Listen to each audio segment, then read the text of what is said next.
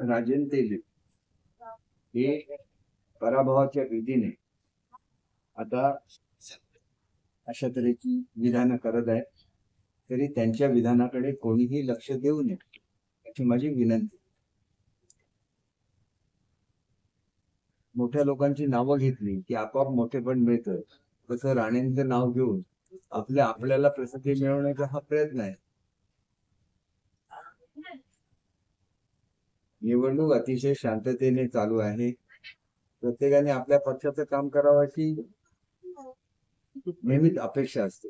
त्याप्रमाणे आमचे जे महायुतीचे घटक सदस्य आहेत ते व्यवस्थित प्रचार करतायत, शांतपणे प्रचार करतायत आणि त्यांनी सुद्धा आपल्याला जे काय बोलायचं त्यांनी प्रचार सभांमध्ये आणि इतर ठिकाणी बोलावं.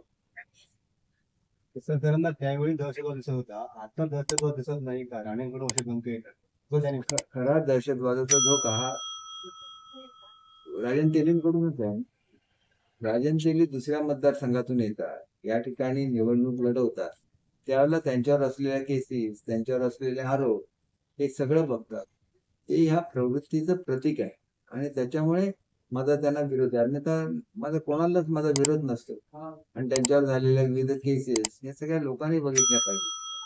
आणि त्यांनी कुठलेही विकास काम केले नाही. दुसऱ्याने केलेल्या विकास कामाचं आपण नारळ फोडणं त्या व्यतिरिक्त राजन तेलींनी काय केलेलं नाही. आणि त्याच्यामुळे पराभवाच्या भीती पोटी ते हे सगळे अशी वक्तव्य करतात.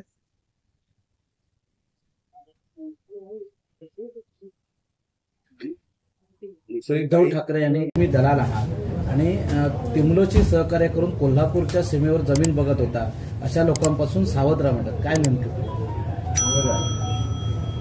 उद्धव साहेबांबद्दल मी नेहमी आदराने बोललेलो आहे. स्वतः अदानींच्या विमानातून ते प्रवास करतात. मी कधीच अदानींना भेटलेलोही नाही आणि माझा अदानींशी काही संबंधही नाही. मी एक सरळ साधा सामाजिक कार्यकर्ता आहे. आणि रेडीच्या मायनिंगचा त्यांनी उल्लेख केला तर ते 50 वर्ष जुनं मायनिंग आहे आणि लोकांनी विनंती केल्यामुळे त्याचा मी पुढाकार घेऊन ते सुरू केले. त्याच्यामुळे आज तिथली अर्थव्यवस्था सुधारलेली आहे. तर त्यांनी त्याची चौकशी करावी आणि अशा चांगल्या प्रकल्पाबद्दल चुकीची स्टेटमेंट देऊ नये. आपण मतदारसंघात फिरत असताना आपल्याला जनतेचा कसा प्रतिसाद मिळतो आणि आपल्याला कोणती टक्के मताधिक्य मिळेल असं वाटतं? आणि मताधिक्याबद्दल अगोदरच बोलण्यात काय अर्थ नसतो. शेवटी जिंकणं महत्वाचं असतं आणि माझा विजय निश्चित. मुख्यमंत्री आज सावंतवाडी येतात. मुख्यमंत्री महोदयांच्या येण्यामुळे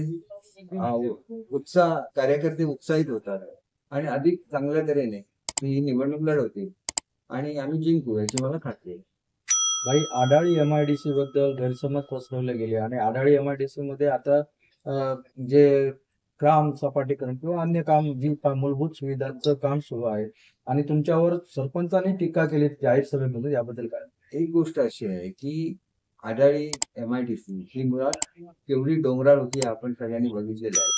तिथले रस्ते तयार करून घेतले, तिथली पाणी पुरवठा योजना तयार करून घेतली आणि आता तिथं वीज देण्याचं काम चालू आहे.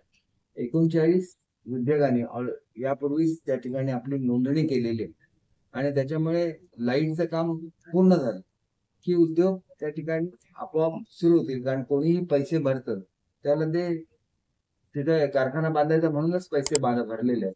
एका कारखान्याचं भूमिपूजनाचं मला सांगण्यात आलेलं होतं, परंतु मी इतर कामात असल्यामुळे मी ते भूमिपूजन करू शकलो नाही. आचारसंहितेनंतर ते भूमिपूजन होईल. तो एकच मोठा कारखाना आहे ज्याच्यामध्ये 500-600 पेक्षा जास्त कामगार हे काम करणार आहेत आणि त्यांनी आपले पैसे सुद्धा भरलेले आहेत MIDCला. आणि जी मीटिंग मी मुंबईला घेतली त्याच्यामुळे एकंदर 20 उद्योजक उपस्थित होते आणि त्यांना साधारण 120 एकर जमीन लागेल अशी अपेक्षा आहे. कुठली जमीन लागेल हे सुद्धा त्यांनी दाखवलेलं आहे आणि त्या जमिनीचं सपाटीकरण झालं एकाच भागामध्ये फार्मास्युटिकल आणि सर्जिकल इन्स्ट्रुमेंट हे दोन्ही प्रकल्प होऊ शकतात. की तुम्ही त्यांना धमकी दिला होता एकदा 20-15 वर्षापूर्वी आणि त्याचं प्रतिज्ञापत्र आपल्याकडे आहे, म्हणजे केसरकरांनी आपल्याला धमकी दिली होती. प्रवीण भाई, तुम्ही प्रवीण भाईंना धमकी दिली. तुम्ही दिली होती आणि त्यावेळी त्यांनी नार्वेकरांकडे प्रतिज्ञापत्र केलं. प्रतिज्ञापत्र त्यांच्याकडे असं त्यांचं म्हणणं आहे की 15 वर्षानंतर त्यांना हे आठवणार, याच्यासारखा दुसरा विनोद असू शकत नाही. हा, तेच आहे.